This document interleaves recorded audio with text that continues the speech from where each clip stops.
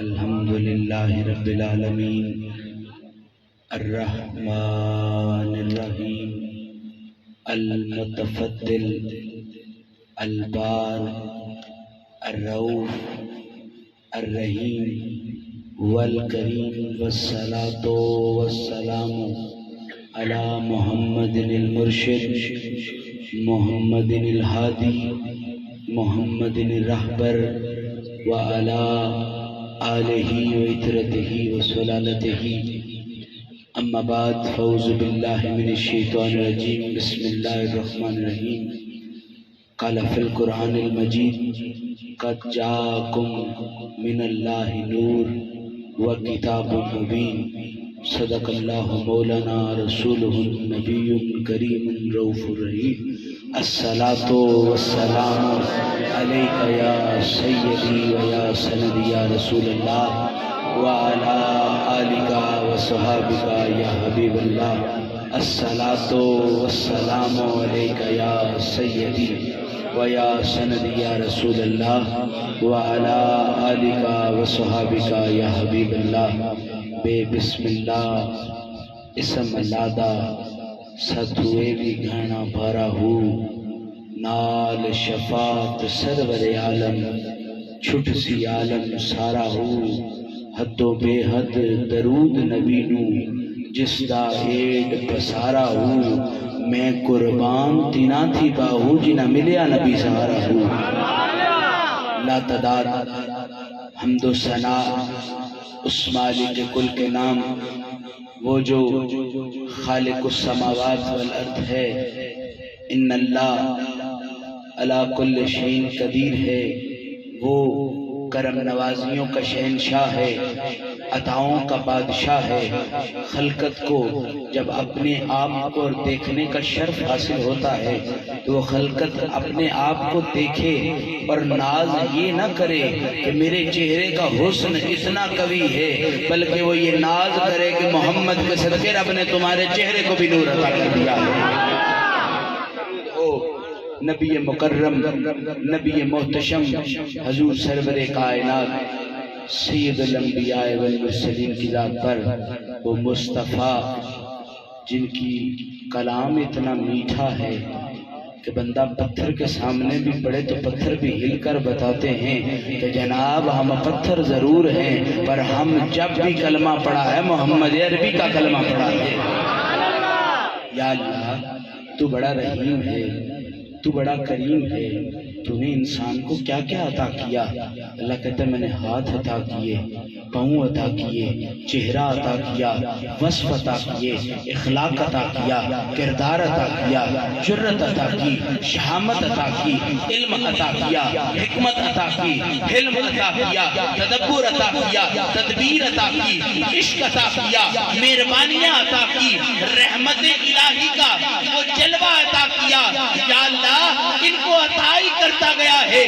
کوئی چیز اپنے پاس بھی رکھی ہے تو اللہ کہتا ہے میں نے ان کو سب کچھ عطا کر دیا ہے حتیٰ کہ اپنا محبوب بھی اپنے پاس نہیں رکھا میں نے اپنا محبوب بھی قد جاءکم من اللہ نور ہوا کتاب مبین میں نے اپنا نور اور اللہ اپنے محبوب کا نور بھی ان لوگوں کو عطا کر دیا ہے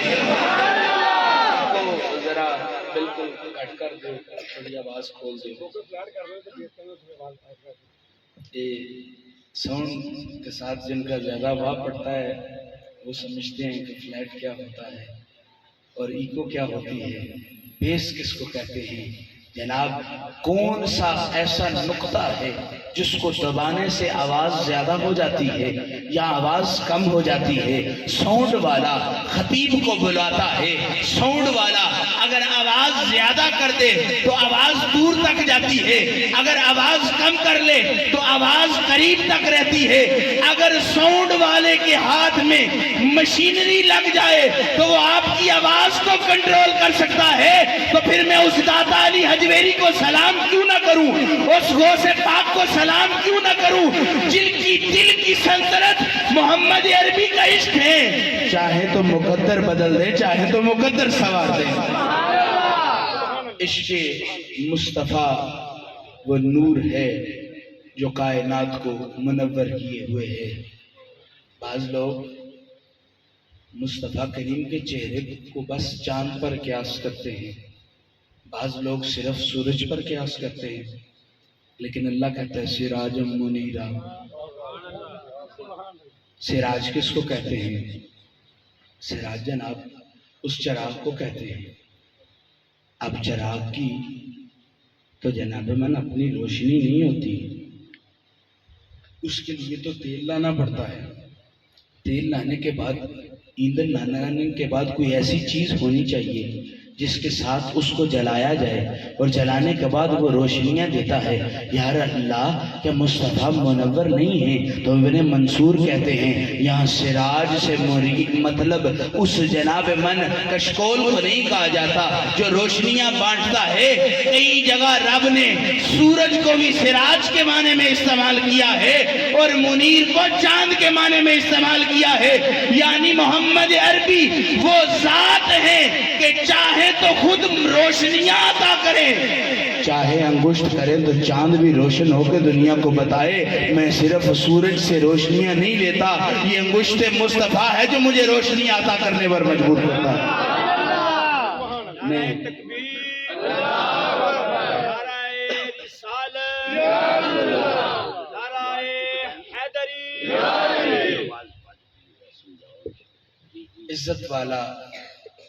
عزت والے کی قدر کرتا ہے، اخلاق والے کی قدر کرتا ہے۔ جن کو رزق حلال کمانے کا شوق لگ جائے نا، کبھی وہ حرام رزق والے کے قریب بھی نہیں گزرتے، کہیں اس کا لقمہ کھایا ہوا مجھے جواب نہ اگلے جہان میں دینا پڑے۔ آپ کا جو معیار ہے، آپ اس معیار حیات پر زندگی گزارتے ہیں، تو آؤ مدینے والے سے بھی تو پوچھیں اے سونیا تیرا معیار حیات کیا ہے؟ تو آؤ صحابہ کرام کا مجمع ہے، ایک عربی شخص آیا ہے جس کو پینڈو کہتے ہیں، وہ آ کے مصطفیٰ سے گفتگو کرنے کی کوشش کر رہا ہے، لیکن صحابہ اس کو گفتگو کرنے نہیں دے رہے تاکہ بے ادبی نہ کر سکے، تاکہ مصطفیٰ کی شان میں گستاخی نہ کر سکے۔ جب وہ پریشان ہو کے جانے لگا کہ اب مجھے کوئی بات نہیں کرنے دے رہا، تو اتنے میں مصطفیٰ کریم کہتے ہیں یہ کیسے ہو سکتا ہے؟ وہ محفل مصطفیٰ کی اور کوئی بندہ پریشان جائے تو مصطفیٰ کریم نے اپنے پاس بلایا، کہا کیوں پریشان جا رہے ہو؟ کہتے ہیں مجھے اللہ کی عزت کی قسم ہے جس نے مجھے حق عطا کیا، میں محمد وہ ہوں کہ جس کی محفل میں کوئی آ جائے وہ روتا ہوا آتا ہے، محمد کے قدموں کے صدقے رب اس کو مسکراتا ہوا بھیجتا ہے۔ نعرہ رسالت، نعرہ تکبیر، نعرہ رسالت، نعرہ حیدری، نعرہ حیدری، جیوے جیوے، جیوے جیوے۔ عرض کرنا چاہتا ہوں ہم اپنے جبے پر غور نہ کریں تو یہ اچھی بات ہے، ہم اپنی دستار پر غور نہ کریں تو یہ اچھی بات ہے، ہم اپنے لباس پر غور نہ کریں تو یہ اچھی بات ہے۔ تو آپ مجھ سے پوچھیں گے اگر لباس کو بھی نہیں دیکھنا، جبے کو بھی نہیں دیکھنا، دستار کو بھی نہیں دیکھنا تو پھر کرنا کیا ہے؟ خود کو سجانا ہو تو کس نگری میں جائیں، خود کو بسانا ہو تو کس آئینے کے سامنے کھڑے ہوں تو عاجز کا مشورہ لیتے جائیں۔ امام زین العابدین جب شام کے بازار میں گئے تو مدینے کی طرف کھڑے ہو کے آپ نے اشارہ کر کے کہا ان التیاری حسبا یوم العلا ارض الحرم بلغ سلامی روزتم فیہ النبی المحترم۔ اے ہوا چلتی پھرتی تو رہتی ہے، اے ہوا ادھر ادھر جاتی تو رہتی ہے، ابھی میرا بھی تو کام کر۔ ہوا زین العابدین سے پوچھتی ہے اے زین العابدین تیرا کام کیا ہے؟ ان التیاری حسبا یوم العلا ارض الحرم، کہتے ہیں کوئی دن تمہارے پاس ہو، تم کسی دیار سے گزرو، دیاروں سے ہوتے ہوئے ادھر ادھر جاتے جاؤ، ایک دیار وہ بھی ہو جس کو عاشق طیبہ کہتے ہیں۔ ان التیاری حسبا یوم العلا ارض الحرم، آپ فرماتے ہیں پھر ہوا کہتی ہے اے زین العابدین کروں کیا؟ کہتے ہیں بلغ سلامی روزتم فیہ النبی المحترم، اے ہوا جب تم مصطفیٰ کے طیبہ سے ادھر ادھر سے ہوتی ہوئی جائے گی تو زین العابدین کو کہنا اے محمد آپ کا عاشق شام پہ کھڑا ہو کے آپ کو سلام پیش کرا۔ بھائی بڑا جو کام کرے وہ کام کر لینا چاہیے۔ ہم میلاد اس لیے نہیں سجاتے کہ ہمارے پاس لنگر چوکھا ہوتا ہے کہ ہم دنیا کو کھلائیں، ہمارے پاس مال زیادہ ہے کہ ہم دنیا کو دکھائیں۔ ہم میلاد اس لیے کرتے ہیں کہ جب ہواؤں میں درود و سلام جائے اور وہ ہوائیں جب مدینے جائیں تو مدینے والا مسکرا کے کہے آج میرے عاشق میرا ذکر کر رہے ہیں۔ جناب محفل مصطفیٰ کا یہ قانون ہے، اجڑے ہوئے وہاں بس جاتے ہیں، بکھرے ہوئے وہاں سنبھل جاتے ہیں، ٹوٹے ہوئے وہاں جڑ جایا کرتے ہیں۔ کوڑوں کو حسن ملنا ہے تو میرے مصطفیٰ کے در سے ملنا ہے، اندھوں کو نظر ملنی ہے تو میرے مصطفیٰ کے در سے ملنی ہے، کوڑوں کو حسن ملنا ہے تو مصطفیٰ کے قدموں کے صدقے ملنا ہے۔ جناب کائنات میں ذرے بڑے ہیں، ریت بھی بڑی ہے، زمین بھی بڑی ہے، لیکن جنت کا ٹکڑا دیکھنا ہو تو مدینے والے کی گلی میں چلے جاؤ، کیونکہ جس ذروں پر مصطفیٰ قدم رکھے رب اس کو جنت بنا دیتا ہے، جس آنگن میں میرا مصطفیٰ آ جائے۔ آؤ جنگ خندق کا موقع ہے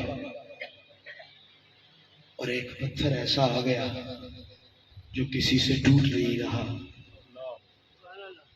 اب جناب من ادھر رک کے ایک بات عرض کروں، بعض لوگوں کا یہ خیال ہے کہ طاقتور لوگ یا معجزے کے زور پر طاقتور ہوتے ہیں یا کثرت کے جناب من زور پر طاقتور ہوتے ہیں۔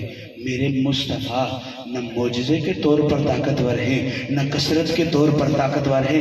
رب نے اتنا حسین امتزاج میرے مصطفیٰ کی ذات میں رکھا ہے، انگشت ہلانا چاہے تو انگشت پوچھتی ہے یا رسول اللہ کس انداز سے ہلوں؟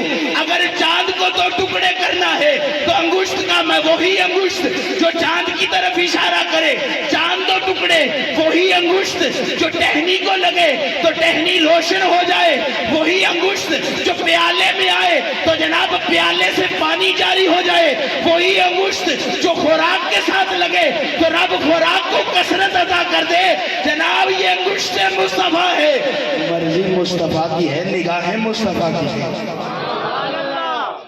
ایک ابو اسود مکے کا بہت بڑا پہلوان گزرا ہے، اس کی پہلوانی کا عالم یہ تھا کہ وہ ایک چمڑے پر کھڑا ہو جاتا تھا اور لوگوں کو کہتا تھا میرے قدموں کے نیچے سے اگر تم یہ چمڑا نکال دو تو میں جیت جاؤں گا۔ چمڑا بھی اصل ہوتا تھا، لوگ کھینچتے رہتے تھے، چمڑا پھٹ جاتا تھا، لیکن وہ شخص ٹس سے مس نہیں ہوتا تھا۔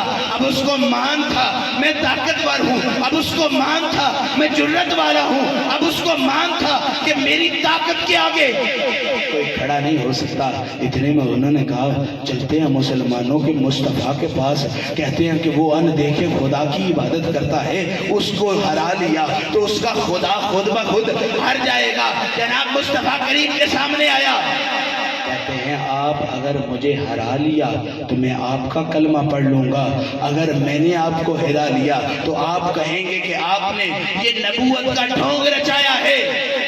جب اس نے پنجہ مصطفیٰ کریم کے انگشت میں ڈالا نا تو اس کو یہ یاد ہی نہ رہا کہ میں کشتی لڑنے کے لیے آیا ہوں۔ جب پنجہ ڈال کے مصطفیٰ کی طرف دیکھتا ہے تو دل لبا کے کہتا ہے کشتیاں کرنا اوروں کا کام ہے، محمد کی غلامی کرنا اوروں کا کام ہے۔ نعرہ تکبیر، نعرہ رسالت، نعرہ حیدری۔ غزوہ خندق کے موقع پر ایک ٹیلا سا آ گیا، ساروں نے کوشش کی کہ اس کو زیر کیا جائے۔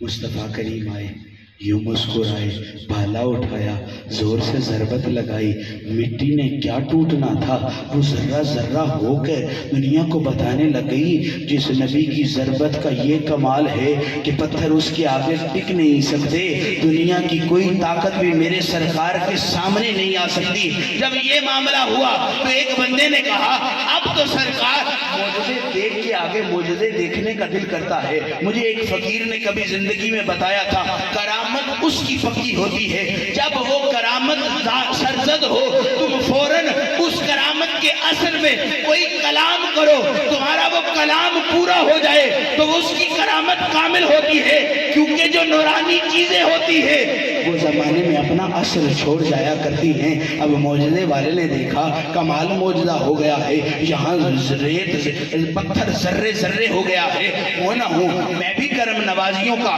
فیض محمد عربی سے لے لوں۔ عرض کرتا ہے یا رسول اللہ جی بھوک بڑی لگی ہے، پیٹ پر ایک پتھر باندھا ہوا ہے تاکہ میری بھوک زائل ہو جائے۔ اب لولاک کے سردار نے اپنے سامنے سے دامن سے کپڑا ہٹایا تو دیکھا اس سامنے 2 پتھر باندھے ہوئے تھے۔ کہتے ہیں تم نے ایک باندھا ہوا ہے، میں محمد 2 باندھ کے بیٹھا ہوں۔ محمد ایسا پیر نہیں ہے جو خود تو ادھر بیٹھ کے کھا لے اور ساتھ ماننے والے بھوکے مرے۔ محمد عربی اس پیر کا نام ہے جو خود کھائے نہ کھائے لیکن کائنات والے محمد عربی کے در سے یوں رج کے جاتے ہیں، ایک نسل نہیں 7 نسلوں کا لنگر اپنے گھر لے کے جاتے ہیں۔ جناب من محفل مصطفیٰ کا ایک نور یہ بھی ہے، آپ تصور یہ نہ کریں کہ میں ابدال میں آ کے سرکار کی باتیں سن رہا ہوں۔ جب ہوائیں چل رہی ہیں تو یہ ہوا کیا اس کی کوئی باؤنڈری ہے؟ کیا اس کی کوئی سرحد ہے؟ کیا اس ہوا کو کوئی پاسپورٹ لینا پڑتا ہے؟ تو آپ کہیں گے جی نہیں، اس کو کوئی پاسپورٹ نہیں لینا پڑتا، یہ جدھر چاہے چلی جائے۔ تو یاد رکھیں جیسے ہوائیں ہمارا سلام لے کے مصطفیٰ کی طرف جاتی ہیں، جب عاشق درد سے یار کو یاد کرتا ہے تو مدینے والے کی طرف سے بھی ہواؤں کا سلام ہماری طرف آتا ہے۔ اتنے میں درد مند تو درد دیکھ کے پھٹ جایا کرتا ہے۔ کسی یتیم سے پوچھو کہ باپ کا نہ ہونا کیا ہے، کسی پانچ عورت سے پوچھو کہ اولاد کا نہ ہونا کیا ہے، جناب کسی بے گھر سے پوچھو کہ گھر کا ہونا کیا ہے، تو وہ آپ کو ہر اس بات پر آنسو بہا کے بتائے گا کہ جو اس کے پاس نہیں ہے۔ حضرت جابر کہتے ہیں جب میں نے مصطفیٰ کے پیٹ پر 2 پتھر باندھے ہوئے دیکھے تو مجھے یہ یاد آ گیا، ہو نہ ہو جابر آج تیرا دسترخوان ہو اور محمد عربی اس دسترخوان پر تمہیں بھی فیض دے دیں اور اپنی بھوک کو بھی مٹا لیں۔ جابر جلدی سے بھاگ کر گئے، اپنی بیوی سے سوال کیا کیا کچھ کھانے کے لیے ہے؟ تو انہوں نے کہا ایک بکری کا بچہ ہے اور جو کا تھوڑا سا آٹا ہے۔ کہتا ہے میں چھپ کے جاتا ہوں، جب مصطفیٰ اکیلے ہوئے نا تو میں کہوں گا سرکار آپ کی اور چند صحابہ کی میرے گھر دعوت ہے۔ جا کے مصطفیٰ کریم کے قدموں میں گیا، جا کے کہتا ہے سونیا میرے گھر تھوڑا سا لنگر ہے، آج میری آپ دعوت قبول کریں نا۔ تو مصطفیٰ کریم نے یہ نہیں پوچھا کہ تمہارے گھر لنگر کیا ہے، مصطفیٰ کریم نے یہ نہیں پوچھا پکاؤ گے کیا۔ مصطفیٰ کریم نے کہا جب سالن پکانے لگے تو ہنڈیا تب تک نہ چڑھانا جب تک محمد نہ آ جائے، جب روٹی پکانے لگے آٹا تب تک نہ چولہے پر چڑھانا جب تک محمد عربی نہ آ گئے۔ مصطفیٰ کریم چوٹی پر کھڑے ہو کے اعلان کیا اے صحابہ آج خوشیاں مناؤ، آج تمہاری دعوت جابر نے اپنے گھر پر رکھی ہے۔ جب مصطفیٰ کریم حضرت جابر رضی اللہ تعالیٰ عنہ کے گھر تشریف لے کے گئے، ہائے اس کے رشک جس کے گھر میں ماہی آ جائے، ہائے اس کی قسمت کے ڈھولن جس کے گھر آ جائے۔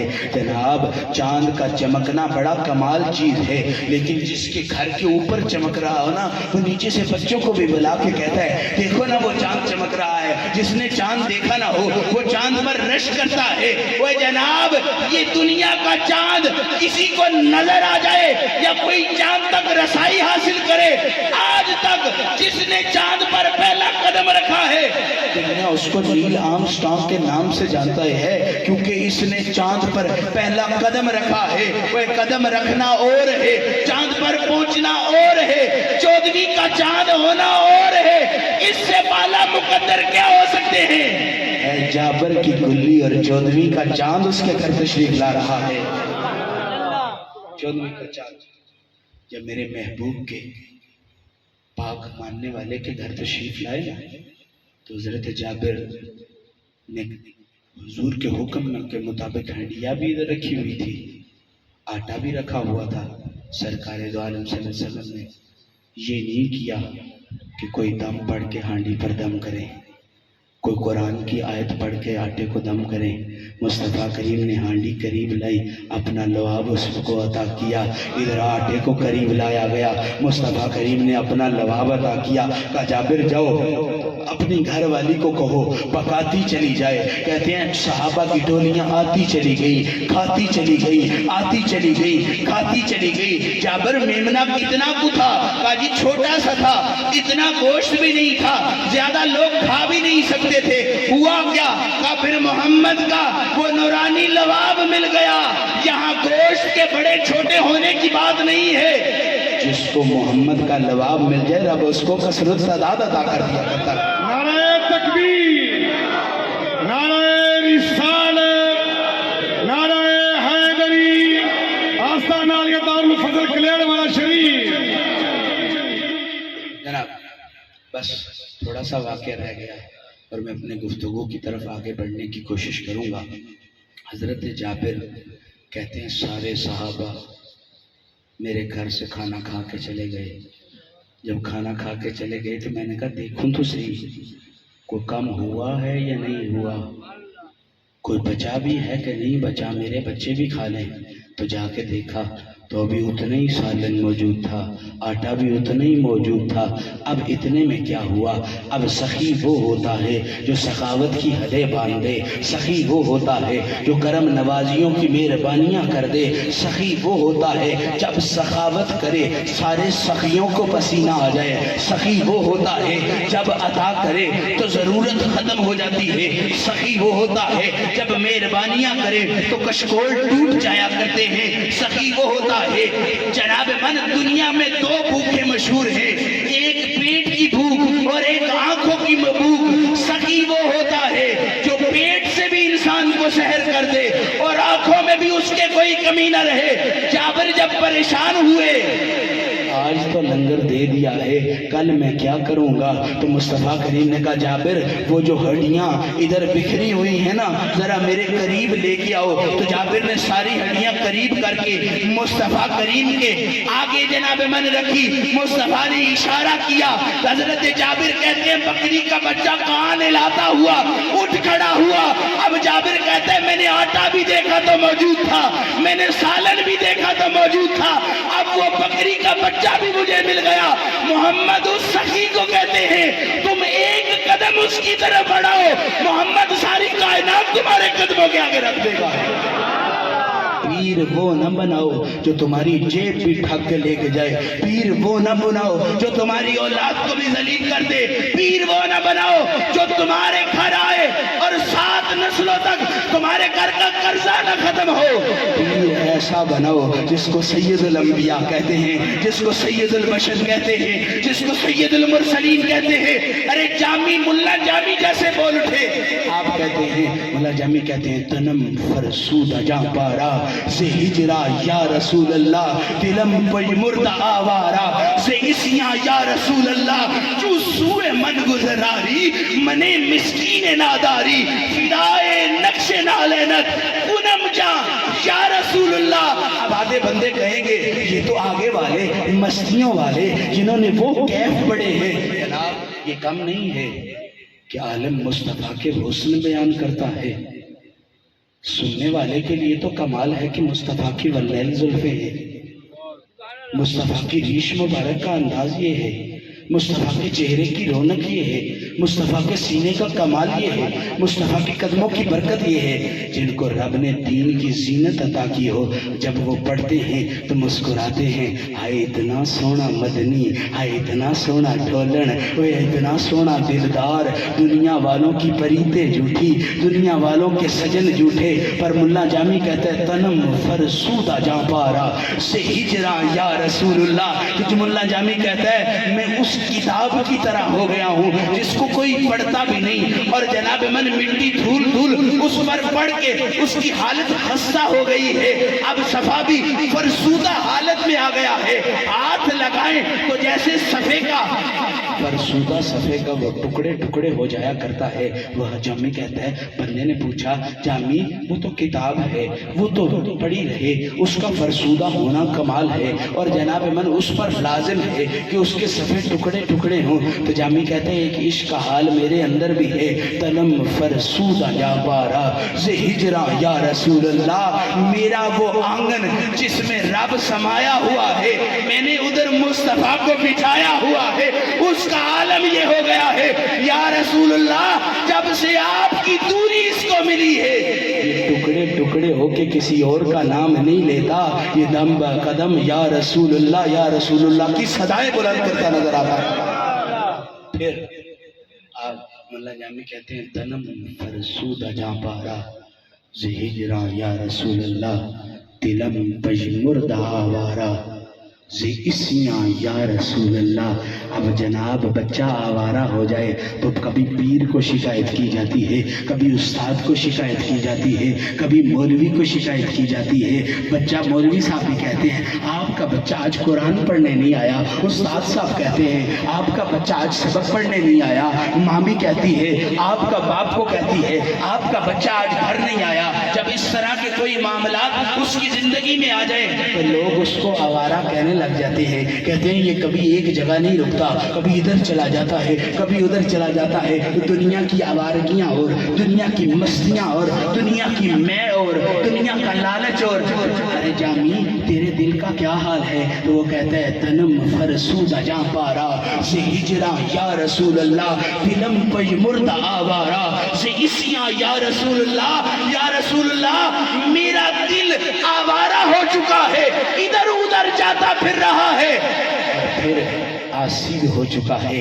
آسی وہ ہوتا ہے جس کی کوئی آس ہو، کہ بے اولاد کی آس اولاد مل جانا، جناب بے گھر کی آس گھر مل جانا، بے دولت کی آس دولت مل جانا، دنیا میں ہر کوئی آس لیے بیٹھا ہے۔ جامی تیری آس کیا ہے؟ تو وہ کہتے ہیں تنم فرسودہ جاں پارا سے ہجرا یا رسول اللہ، دلم پژمردہ آوارہ سے اسیاں یا رسول اللہ۔ یہ جو آوارہ ہو چکا ہے نا، اس کی آس یہ ہے دھڑکتا بھی جائے اور آپ کے در پر بکھرتا بھی جائے، دھڑکتا بھی جائے اور آپ کے در کو سلامیاں بھی پیش کرتا چلا جائے۔ اب جامی سے کسی نے کہا اب اور لب کھولنا، تو وہ کہتے ہیں چون سوئے من گزراری منی مسکین ناداری، چونکہ وہ کہتے ہیں کہ دل اے رسول اللہ، اب میں دل کہوں یا رسول اللہ کہوں، آپ کیا کہتے ہیں؟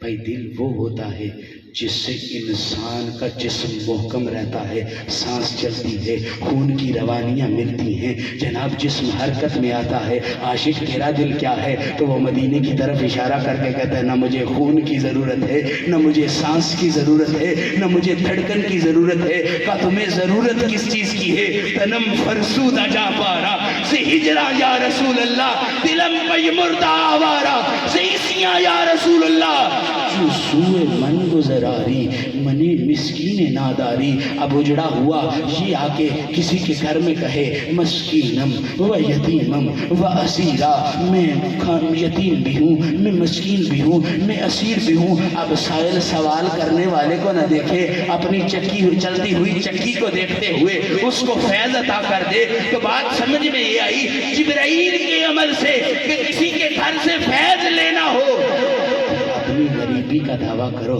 اپنی یتیمی کا دعویٰ کرو، اپنی اسیاں ہونے کا دعویٰ کرو۔ ادھر جامی کہتا ہے چوں سوئے من گزراری منی مسکین ناداری، کہتے ہیں میں یتیم ہو گیا ہوں یا رسول اللہ، میں اجڑ گیا ہوں، میرا باپ بھی نہیں رہا، لیکن چوں سوئے من گزراری، اگر آپ اس رستے سے گزر جائیں منی مسکین ناداری، میں آپ کا انتظار کر رہا ہوں، مسکین آپ کی راہوں میں دل بچھائے ہوئے ہے۔ پھر کیا ہوگا؟ جامی اگلی بات کر، وہ آ بھی جائیں، مسکرا بھی جائیں، زلف لہرا بھی جائیں، کہتے ہیں ادب سے بیٹھو خدا گواہ ہے، وہ آ رہے ہیں، وہ آ رہے ہیں، وہ ہواؤں کی خوشبو بتا رہی ہے، وہ زلف اپنی ہلا رہے ہیں، ہلا رہے ہیں۔ جو شسوء من گزراری منی مسکین ناداری. جب وہ آ بھی جائیں جامی ہوگا کیا؟ کہتے ہیں فدائے نقش نالینت کنم جان یا رسول اللہ. جامی کہتا ہے میں آپ کے نالین پر فدا ہو جاؤں گا. اور پھر کوئی جامی سے پوچھے تو صحیح جو ان کے نالین پر فدا ہو جائے اس کا کمال کیا ہے، اس کی حد کیا ہے، اس کی بادشاہی کیا ہے؟ تو جامی ادھر ساروں کے منہ بند کر کے کہتا ہے فدائے نقش نالینت کنم جان یا رسول اللہ. جب کوئی آپ کے نالین پر فدا ہو جاتا ہے تو آپ اس کی جان بن جایا کرتے ہیں. وہ بازو کٹے تو لوگ جان کی فکر کرتے ہیں، سانس رکے تو لوگ جان کی فکر کرتے ہیں. یہاں نہ سانسوں کے رکنے کی بات ہے نہ جسم کے چھنی ہونے کی بات ہے. اس صحابی سے پوچھو جس کا بازو کٹ گیا ہے لیکن ایک تسمہ اس کو جنگ لڑنے سے روک رہا ہے. جب تلوار یوں بہاتا ہے تو بازو لٹکنے کی وجہ سے اس کے سامنے آ جاتا ہے. یوں تلوار چلاتا ہے تو بازو لٹکنے کی وجہ سے اس کے سامنے آ جاتا ہے. وہ کرتا کیا ہے؟ ایک پاؤں وہ جو انگلیاں ہوتی ہیں اپنے قدموں کے نیچے رکھ کے کھینچتا ہے، تسمہ ٹوٹ جایا کرتا ہے. اب بندہ اس کی ماں روتی روتی آتی ہے، آگے کہتی ہے سونیا اس نے آپ کے عشق میں اپنے بازو کو کاٹ لیا. بازو کا عالم یہ تھا کہ جراح جوڑ سکتا تھا، بازو کا عالم یہ تھا کہ طبیب اس کو ٹھیک کر سکتا تھا.